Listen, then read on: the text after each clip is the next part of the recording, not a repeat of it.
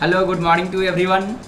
देखिए, आज का जो क्लासेज है हम लोग डिस्कस करने वाले हैं अकाउंटिंग स्टैंडर्ड, जो काफ़ी मोस्ट वीवीआई टॉपिक है, जो यूजीसी नेट का जो प्रिपरेशन करने वाले हैं इससे अक्सर एक क्वेश्चन आते हैं। तो देखिए, सबसे पहले हम लोग समझेंगे कि अकाउंटिंग स्टैंडर्ड है क्या।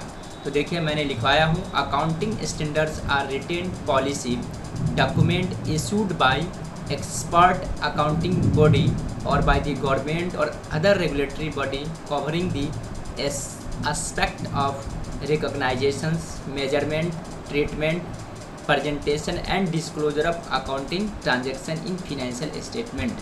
मतलब कि अकाउंटिंग स्टैंडर्ड एक प्रकार की रिटेन पॉलिसी डॉक्यूमेंट है जो कोई अकाउंटिंग एक्सपर्ट के थ्रू इशू की जाती है और गवर्नमेंट का कोई अदर रेगुलेटरी बॉडी है उसके थ्रू इशू की जाती है। और ये क्यों की जाती है? ताकि हम अपने फिनेंशियल स्टेटमेंट में किसी भी अकाउंटिंग ट्रांजैक्शन और इवेंट को रिकॉग्नाइजेशन या मेजरमेंट या ट्रीटमेंट या अच्छे ढंग से प्रेजेंटेशन कर सकते हैं, इसलिए हम लोग अकाउंटिंग स्टैंडर्ड बनाते हैं।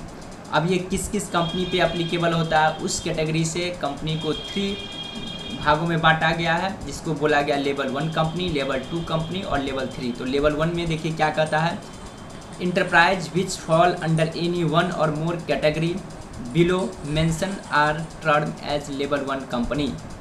यानी कि इसमें से निम्नलिखित प्रकार में से कोई एक रूल्स को फॉलो करेगा उसे हम लोग बोलेंगे लेवल 1 कंपनी। तो देखिए कहता है इंटरप्राइज हुज इक्विटी और डेप्ट security are listed whether in India और आउटसाइड इंडिया। कहता वैसे इंटरप्राइज जिसका इक्विटी या डेप्ट जो लिस्टेड है इंडिया या इंडिया से बाहर। कहते enterprise which are in the process of listing their equity और डेप्ट security board of directors resolution must be available as an evidence. या वैसे भी इंटरप्राइज या कंपनी जिसका लिस्टिंग करने के लिए इक्विटी और डेप्ट प्रोसेस में चला वो भी कंपनी आएगा लेवल 1 कंपनी में। तीसरा कहता है bank including cooperative banks, financial institution, enterprise carrying on insurance business.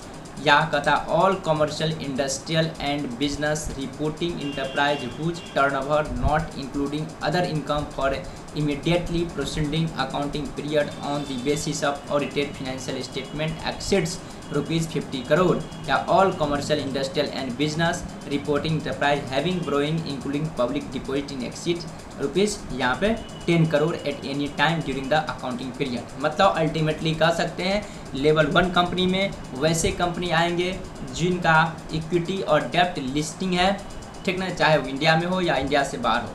दूसरा वो कि वैसी इंटरप्राइज और कंपनी जिसका लिस्टिंग के लिए प्रोसेस में चल रहा हो, या जितने भी बैंकिंग कंपनी है वो साथ साथ कोऑपरेटिव बैंक भी, साथ फाइनेंशियल इंस्टीट्यूशन भी या इंश्योरेंस कंपनी भी, या साथ साथ वैसी कंपनी जिसका टर्नओवर, ठीक ना, जिसका 50 करोड़ से ज़्यादा है और जिनका लोन और डेप्ट जिसका 10 करोड़ से एबव है, वो सारा लेवल 1 कंपनी कहलाता है, ठीक ना। साथ साथ होल्डिंग और सब्सिडरी कंपनी भी लेवल 2 कंपनी, ठीक ना, जिसमें 40 लाख जिसका टर्नओवर हो, ठीक ना, जिसका लेस देन 10 करोड़ रुपया जिसका लोन हो, ठीक ना, होल्डिंग एंड सब्सिडरी कंपनी, ये सब होता है। और 1 और 2 में जो फॉलो नहीं करती है कंपनी वो लेवल 3 में आती है। आप देखेंगे हमारे इंडिया में 32 अकाउंटिंग स्टैंडर्ड है जो इस प्रकार है। देखिए फर्स्ट में कहता है डिस्क्लोजर ऑफ अकाउंटिंग पॉलिसीज, जिसमें अकाउंटिंग का रूल्स रेगुलेशन पॉलिसी शो की जाती है। वैल्यूएशन ऑफ इन्वेंट्रीज, इन्वेंट्री को कैसे हम लोग, तो इस तरह से है। आप लोग इसका स्क्रीनशॉट ले लेंगे। देखिए मैंने 32 तक है तो जिसमें 28 तक मैंने लिखवा दिया हूँ, और ये आप लोग याद कर लेंगे और एक नोट्स बना के रख लेंगे ताकि ये काफ़ी वीवीआई काम देंगे। ठीक है, आज की क्लास यहीं पर एंड हो रही है। आप लोग नेक्स्ट वीडियो के लिए